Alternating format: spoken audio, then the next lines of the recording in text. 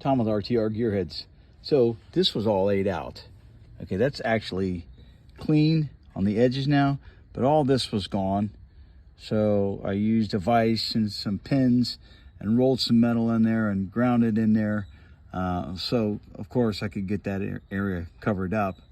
And then just a small patch here, and you'll never see this because it'll be covered up by a big old cheek cowl. Cheek cowl goes from here to here all the way down and has a drain spout down here. And I still got to build all this out all the way down.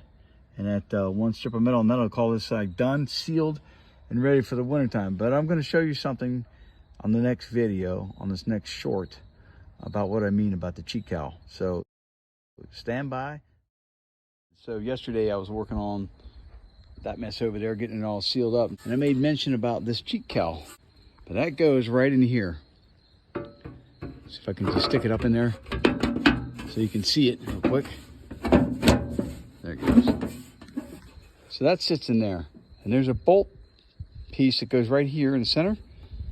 And it's easier if you drill these rivets out to get this cheek cowl in than if you try to fight it in and make it fit. Because most of the times it's not going to fit. You have to fight it anyway. So as you can see, I've got it kind of stuck in there right now. The flanges are bent back, but all that'll sit down there flat, and that'll be tack welded back in to the body of the truck. But here's the issue. And this is in here originally and welded in. It was off to the point where you couldn't get this slid up in here. This is exactly how this goes. And the top fender bolt goes through the top of here. So it allows you to keep your fender, when you go ready to bolt everything up, nice and level out to the front.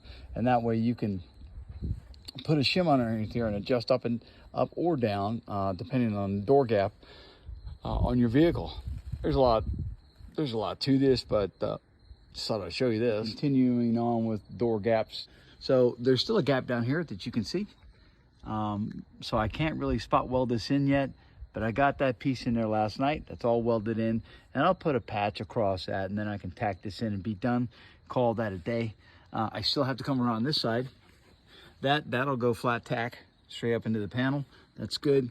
And then this, once it gets tacked in, there's a piece of metal that goes in here all the way down, and we'll tack to that, and that'll be done. That'll call that a day.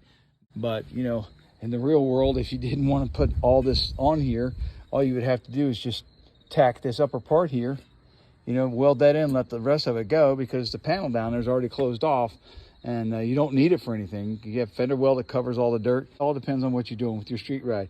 Hey, this is Tom with RTR Gearheads. Thanks for tuning in. Give us a like, subscribe, comment, and let us know what you think. Thanks for watching.